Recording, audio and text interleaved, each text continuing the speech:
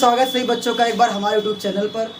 और जैसा कि हम इतनी समय प्रकाश के बारे में पढ़ रहे हैं, पहले वीडियो हमने सीखा कि प्रकाश क्या है, प्रदीप्त वस्तुएं क्या होती हैं, अप्रदीप्त वस्तुएं क्या होती हैं, प्रकाश के परावर्तन के बारे में हमने जाना। और एक इसके बाद वीडियो आया जिसका नाम था दर्पण, हमने दर्पण के बारे में जाना। आज हम कुछ चीज़ें कवर करेंगे कि कैसे दर्पण से इमेज बनते हैं।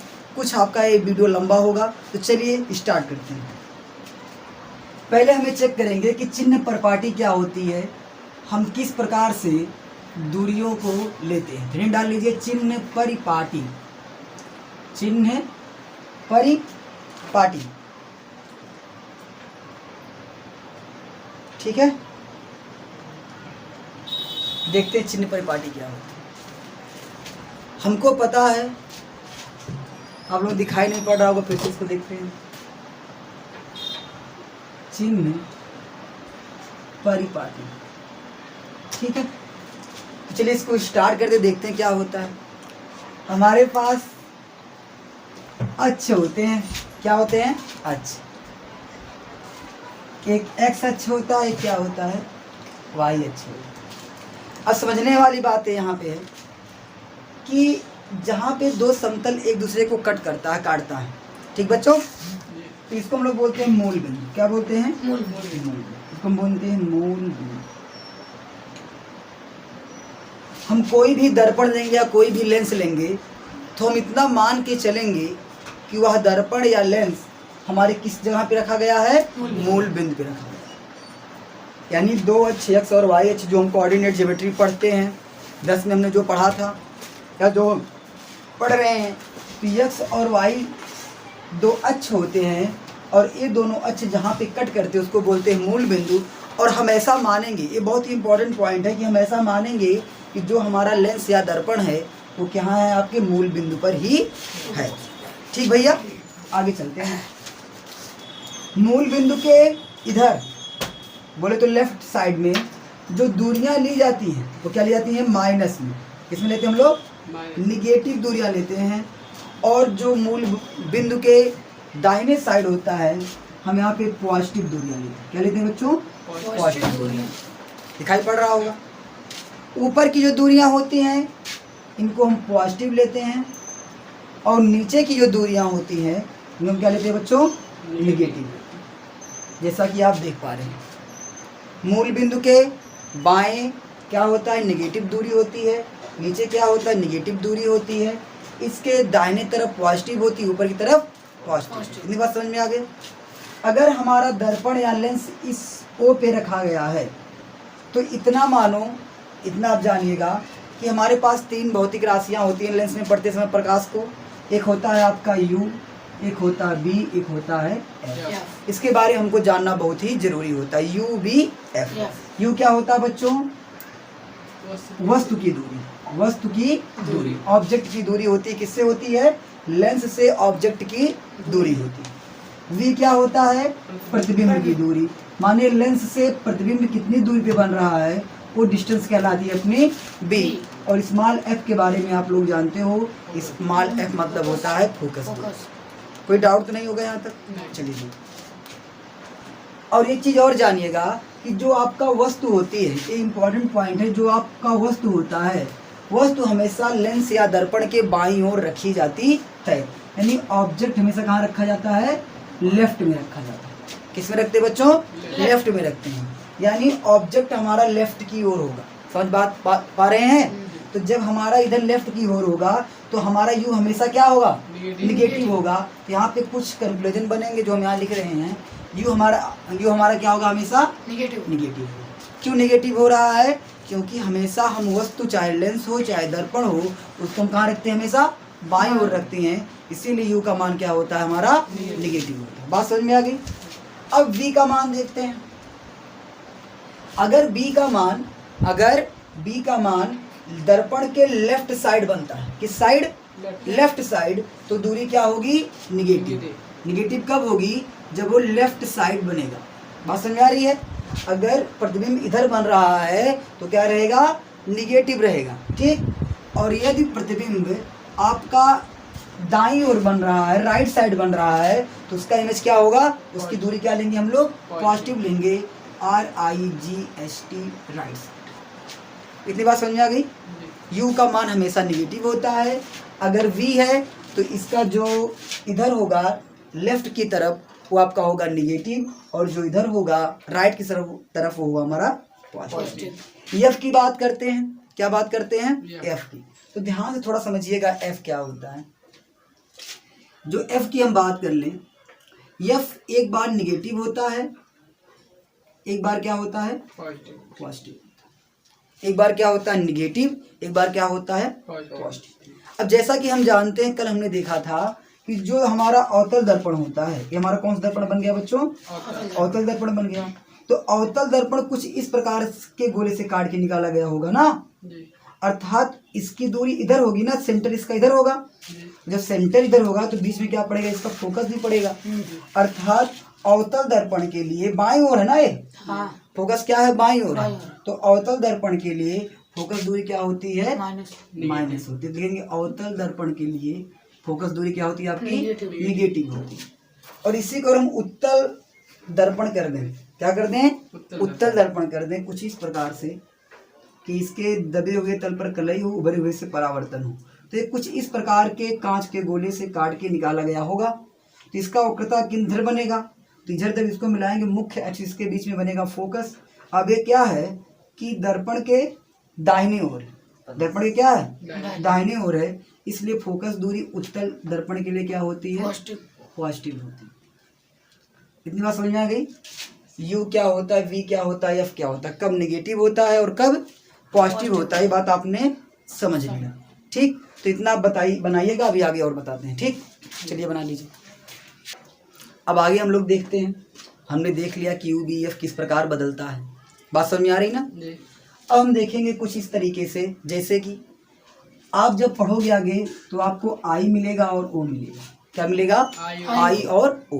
I का मतलब होता है इमेज, I का मतलब क्या होता है, इमेज। इमेज माने क्या होगा बच्चों, प्रतिबिंब होगा। और O फॉर क्या आपका होगा, ऑब्जेक्ट। ऑब्जेक्ट मतलब क्या होता है आपका, तो इमेज और ऑब्जेक्ट की दूरी किस तरह होती है। तो कभी भी आप इमेज रखोगे, ऑब्जेक्ट रखोगे, किस तरह रखोगे ऑब्जेक्ट को, तो जब इस अक्ष पे जा रहा है मतलब y अक्ष पे जा रहा है, तो दूरी क्या आप लोग हमेशा पॉजिटिव। ये किसका है, O का। कभी भी आप ऑब्जेक्ट की दूरी लेंगे, ऑब्जेक्ट की लंबाई लेंगे कि ऑब्जेक्ट कितना सेंटीमीटर ऊंचा है, 5 सेंटीमीटर उसकी लंबाई है, 4 सेंटीमीटर लंबाई है, तो लंबाई आप किसमें लोगे बच्चों, पॉजिटिव बनेंगे। अब ये लंबाई आगे चल के किसी प्रतिबिंब बनेगा, हो सकता है प्रतिबिंब सीधा बने, ये कौन सा प्रतिबिंब है, उल्टा प्रतिबिंब है, या हो सकता है प्रतिबिंब क्या बने, सीधा बने। ये भाई सिचुएशन के हिसाब से डिपेंड करेगा। अगर प्रतिबिंब सीधा बन रहा है तो इसका मतलब दूरी हम लोग क्या लेंगे, पॉजिटिव मिलेंगे, माने I का मान क्या लेंगे, पॉजिटिव मिलेंगे। अगर हमारा इमेज उल्टा बन रहा है अर्थात उसकी लंबाई हम किस में लेंगे, निगेटिव में। बात समझ में आई। तो इस छोटी सी बात को सिखाने का पर्पस सिर्फ यही था कि वस्तु की हमेशा जो लंबाई होती है वो पॉजिटिव में ली जाती है, और इसके बाद वस्तु आगे चल के सीधा ही बन सकता है, उल्टा बन सकता है। तो जब भी सीधा बनेगा तो उसको हम पॉजिटिव में लेंगे, और जब उल्टा बनेगा तो क्या लेंगे, निगेटिव लेंगे। एक छोटी सी बात, इसको आप लोग बना लीजिएगा। फिर आगे चलते हैं, रूल्स के आगे तरफ बढ़ते हैं हम लोग। आगे हम लोग अब देखेंगे, हमने देख लिया कि कैसे चिन्ह बदलते हैं। अब आगे हमें देखेंगे कि रूल्स क्या होते हैं। 3 मूल रूप से रूल्स होते हैं जिसको हम फॉलो करेंगे तो अभी हमारे आगे कंडीशन निकलेंगे। ठीक, तो आप हेडिंग डाल सकते हैं, गोलीय दर्पणों से प्रतिबिंब बनने के नियम। गोलीय दर्पणों से प्रतिबिंब बनने के नियम। ठीक भैया, चलिए देखिए, तीनों रूल्स इसी में आ जाएंगे। रूल्स नंबर आपका 1, रूल्स नंबर आपका 2 और रूल्स नंबर आपका 3। तीनों रूल्स हम देख लेते हैं, कोई बहुत बड़ा बात नहीं। हम एक ही दर्पण के लिए देख लेते हैं जिसका नाम है अवतल दर्पण। उत्तल के लिए भी वही सेम कंडीशन होती है। पहला क्या होता है, पहली बात ये होती है कि अगर कोई कोई प्रकाश किरण फोकस से होकर जाती है, फोकस से होकर जाती है, तो वह मुख्य अक्ष के समांतर हो जाएगी। क्या हो जाएगी, मुख्य अक्ष के समांतर हो जाएगी। बात समझ में आ गई?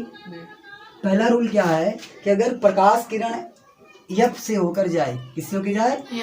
प्रकाश किरण एफ से होकर गुजर रही है तो वह क्या हो जाएगा? मुख्य अक्ष के समांतर हो जाएगा। आप लोगों को दिखाई नहीं पड़ रहा होगा, फिर से लिख देते हैं।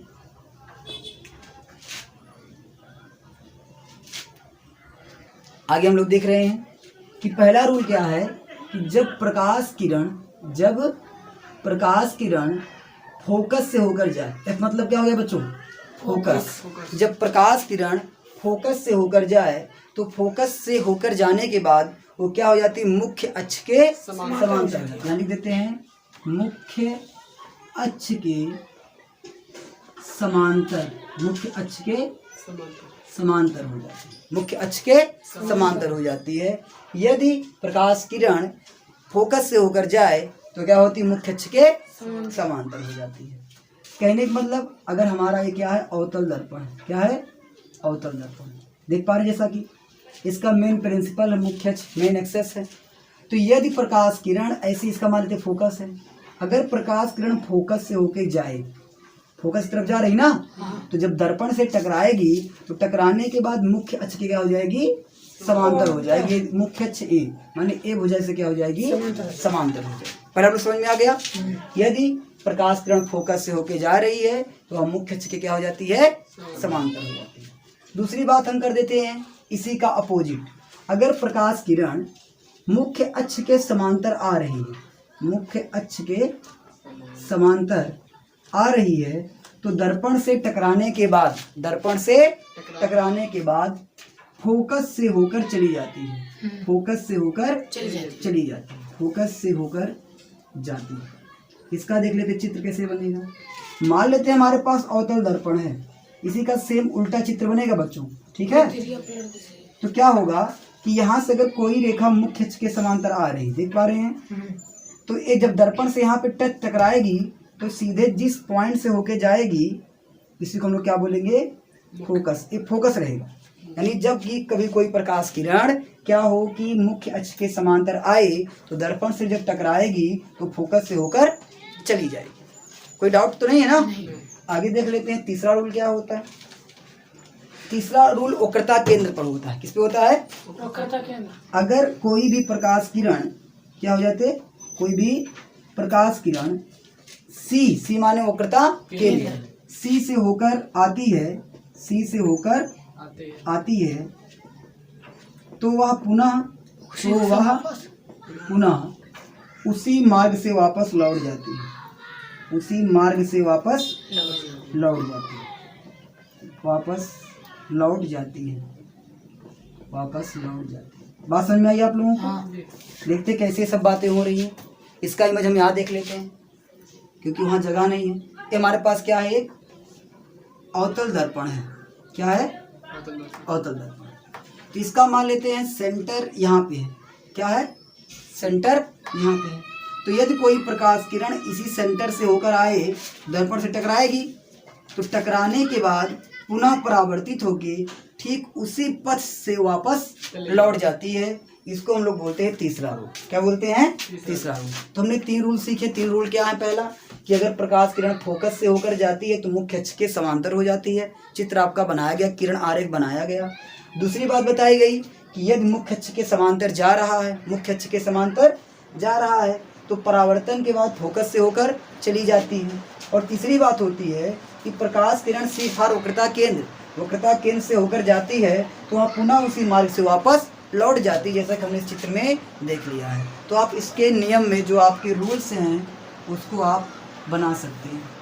3 रूल्स होते हैं 1 2 3 और इन्हीं रूल्स का हम प्रयोग करके अभी आगे की घटनाओं का वर्णन करेंगे। ठीक है, इसको आप बनाइए जल्दी से।